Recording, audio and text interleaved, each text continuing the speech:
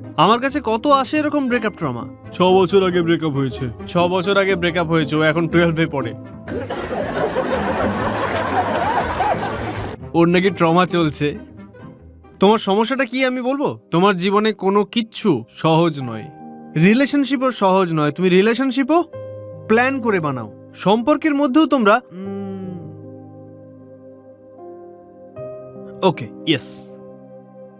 আরে এই জিনিসগুলো এরকম হয় যে কমফোর্টেবল, এগুলো স্বতঃস্ফূর্ত, স্পন্টেনিয়াসলি তৈরি হয়।